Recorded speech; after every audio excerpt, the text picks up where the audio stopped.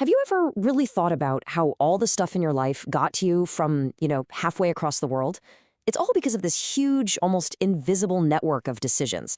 And today, we're going to pull back the curtain on one of the biggest choices of all. How do you pick the right ship for the job?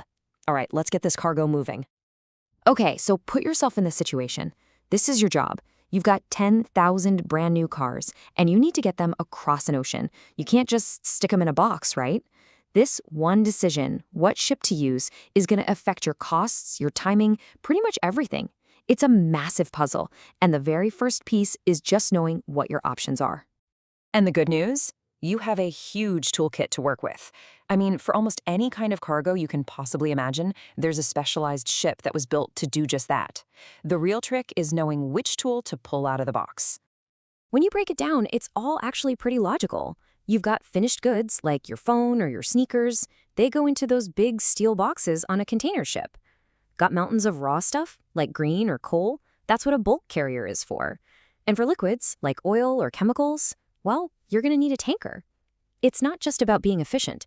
Matching the cargo to the ship is absolutely crucial for safety. So let's go back and solve our little problem. Those 10,000 cars, they belong on what's called a ro-ro vessel.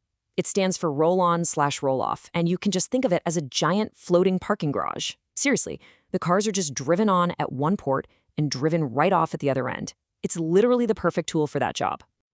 Of course, ro-ro ships are just one piece of the puzzle. The real workhorses of global trade, the ones you see all the time, are the container ships and the bulk carriers. I mean, together, these things move the vast majority of everything that powers our global economy.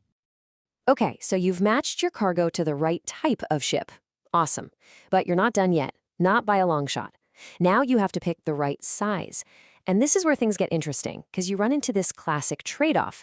Do you want to save money, or do you want flexibility? So here's the deal. Bigger is cheaper, but it's also way less flexible. A massive ship gives you incredible economies of scale, right? The cost to ship each item goes way down. But, and it's a big but, that giant ship can only dock at a handful of really deep ports around the world. A smaller ship might cost you more per item, but it can get into way more ports, getting your stuff closer to where it actually needs to go. And that brings us right to the next big hurdle, geography. I mean, it doesn't matter how cheap your ship is if it physically cannot get from point A to point B. The world's ports and canals are definitely not one size fits all. So this means you have to ask a bunch of really critical questions. Before you book anything, you have to know, does the first port have cranes big enough for my ship? Is the water at the destination deep enough? And the big one, can my ship even squeeze through crucial shortcuts like the Panama or Suez canals? You want a perfect example of this? Look at the Panama Canal. The term Panamax literally means the biggest ship that could fit through the original canal locks. Anything bigger is called post-Panamax, and it has to use the newer, bigger locks, or take a completely different and much longer route. Just think about that for a second. A single piece of infrastructure, built over 100 years ago, is still dictating global shipping patterns today. All right, so we've talked about the cargo, the ship size, and the route, but there's one more layer we have to deal with: the crazy web of rules and regulations. This is the paperwork that can absolutely make or break an entire shipment. See, your choice of vessel has huge financial and legal consequences. The insurance premium on a tanker full of flammable chemicals is going to be worlds apart from a bulk carrier hauling rocks.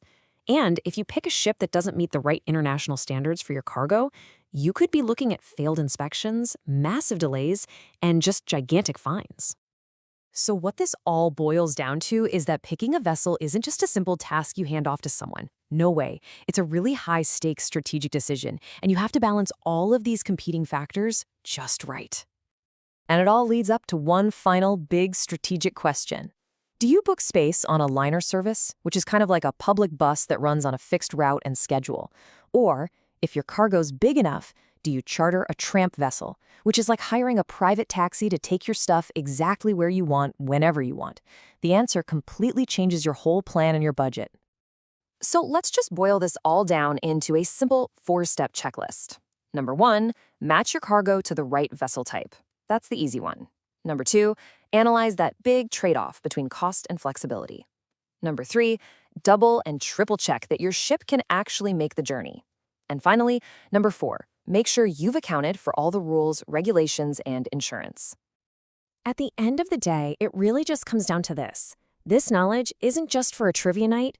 It's what allows people to make smart, informed choices that keep the entire world of global trade moving smoothly for every single one of us. So, the next time you see one of those massive ships gliding into port, I want you to take a closer look. Don't just see a big boat full of stuff. I want you to see the complex web of trade-offs and calculations that got it there, that incredible balance of cost, speed, geography, and rules. What invisible decisions will you see?